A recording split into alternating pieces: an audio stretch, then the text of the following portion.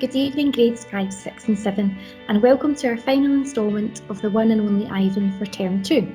I hope you've enjoyed getting to know the characters, and although they face challenges, the real theme of friendship has really shown through. In tonight's episode, you will learn about where Ivan was born and his family, and the circumstances that led him to the Big Top Mall. I really hope you've enjoyed this last instalment, as we will be taking a break from the story during Ramadan. However, we will return in Term 3 to see all the goings on at the Big Top Mall. Stay tuned to find out about our middle school Ramadan edition of Tuck-In Tuesdays. But for now, sit back, relax and enjoy. Happy reading. Once upon a time. All night Ruby moans and sniffles. I pace my domain. I don't want to fall asleep in case she needs something. Ivan, Bob says gently. Get some sleep, please, for your sake and for mine. Bob can't sleep unless he's on my stomach. I hear a stirring. Ivan, Ruby calls. I rush to my window. Ruby, are you all right? I miss Aunt Stella, Ruby sobs. And I miss my mum, and my sisters, and my aunts, and my cousins too. I know I say, because it's all I can think of. Ruby sniffles. I can't sleep. Do you know any stories the way Aunt Stella did? Not really, I admit. Stories were Stella's speciality. Tell me a story about when you were little, Ruby pleads. She puts her trunk between the bars. Please, Ivan.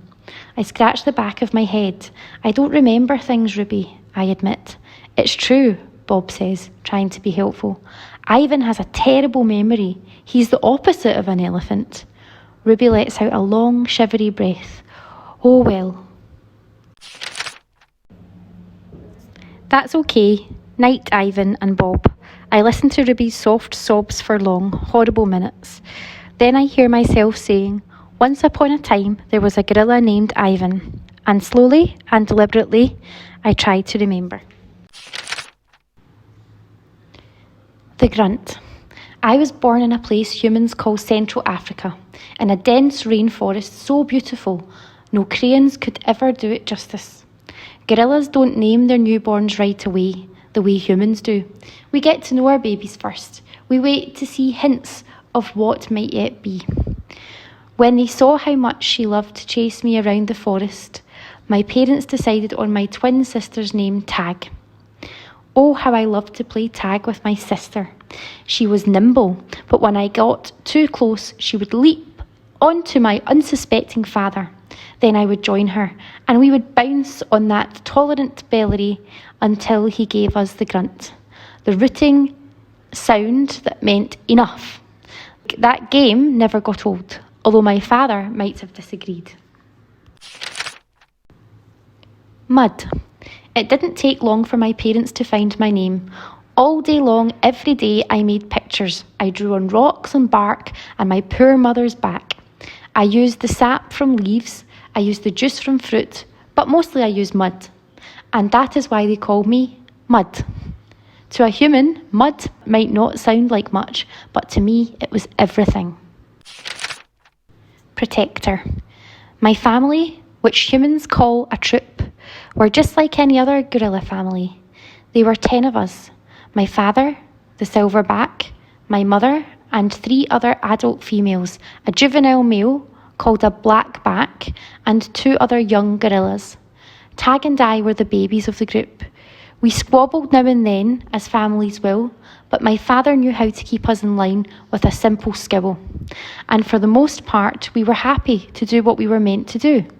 To feed and forage and nap and play.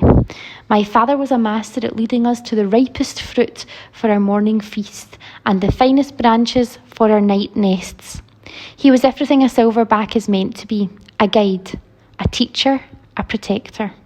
And nobody could chest beat like my father. A perfect life. Gorilla babies and elephant babies and human babies are not so different, except the gorilla gets to spend the day riding on his mother's back, like a cowboy on a horse. It's a pretty great system, from the baby's point of view. Slowly, carefully, a young gorilla begins to venture farther and farther away from the safety of his mother's arms. He learns the skills he will need as an adult, how to make a nest of branches, weave them tightly or they will fall apart in the middle of the night, How to beat your chest, cup your palms to amplify the sound. How to go vining from tree to tree, don't let go. How to be kind, be strong, be loyal. Growing up gorilla is just like any other kind of growing up. You make mistakes, you play, you learn, you do it all over again. It was, for a while, a perfect life. The end. One day, a still day, when the hot air hummed, the humans came. Fine. After they captured my sister and me, they put us in a cramped, dark crate that smelled. Somehow I knew that in order to live, I had to let my old life die. But my sister could not let go of our home. It held her like a vine, stretching across the miles, comforting, strangling. We were still in our crate when she looked at me without seeing, and I knew that the vine had finally snapped. The temporary human. It was Mac who pried open the crate, Mac who bought me, and Mac who raised me like a human baby. I wore diapers, I drank from a bottle. I slept in human beds, sat in human chairs, listened while human words swarmed around me like angry bees. Mac had a wife back then. Helen was quick to laugh, but quick to anger too, especially when I broke something, which was often. Here is what I broke when I lived with Mac and Helen. 1 crib, 46 glasses, 7 lamps, 1 couch, 3 shower curtains, 3 shower curtain rods, 1 blender, 1 TV, 1 radio, 3 toes, my own. I broke the blender when I squeezed 3 tubes of toothpaste and a bottle of glue into it. I broke my toes attempting to swing from the lamp fixture on the ceiling. I broke 46 glasses. Well, it turns out there were many ways to break a glass. Every weekend, Mac and Helen took me in their convertible to a fast food restaurant where they ordered me French fries and a strawberry shake. Mac loved to see the expression on the cashier's face when he drove up and said, "Could I have some extra ketchup for my kid?" I went to baseball games, to the grocery store, to a movie theatre, even the circus. They didn't have a gorilla. I rode a little motorbike and blew out candles on a birthday cake. My life as a human was a glamorous one, although my parents' traditional sorts would not have approved. Hunger. In my new life as a human, I was well tended. I ate lettuce leaves with Thousand Island dressing, and caramel apples, and popcorn with butter. My belly ballooned. But hunger, like food, comes in many shapes and colours. At night, lying alone in my pooch pyjamas, I felt hungry for the skilled touch of a grooming friend, for the cheerful grunts of a play fight, for the easy safety of my nearby troop, foraging through shadows. Remember what happened to Tag, I told myself. Don't think about the jungle. Still, sometimes I lay awake, wishing for the warmth of another just like me, asleep in a night nest of tender plant leaves. I liked having sips of soda poured into my mouth like a bubbling waterfall, but every now and then I longed to search for a tender stalk of arrowroot, to feel the tease of mango just out of reach. Still life. One day Helen came home with something large and flat wrapped in brown paper. "Look what I bought today," she said excitedly as she tore off the paper, "a painting to go over the living room couch." "Fruit in a bowl," Mac said with a shrug. "Big deal." "This is fine art. It's called a still life," Helen explained, "and I think it's lovely." I dashed over to examine the painting, marvelling at the colours and shapes. "See," said Mac's wife, "Ivan likes it." "Ivan likes to roll up poop and throw it at squirrels," Mac said. I couldn't take my eyes off the apples and bananas and grapes in the picture.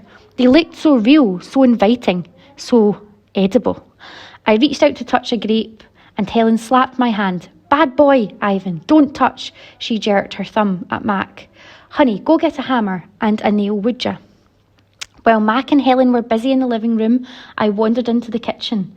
A cake covered in thick chocolate frosting sat on the counter. I like cake, love it in fact, but it wasn't eating I was thinking about, it was painting. The frosting peaked and dipped like waves on a tiny pond. It looked rich and gooey, dark and smooth. It looked like mud. I scooped up a handful of frosting. I scooped up another. I headed to the refrigerator door. It was perfect. An empty, white, waiting canvas. The frosting wasn't easy to work with as jungle mud. It was stickier and, of course, more tempting to eat.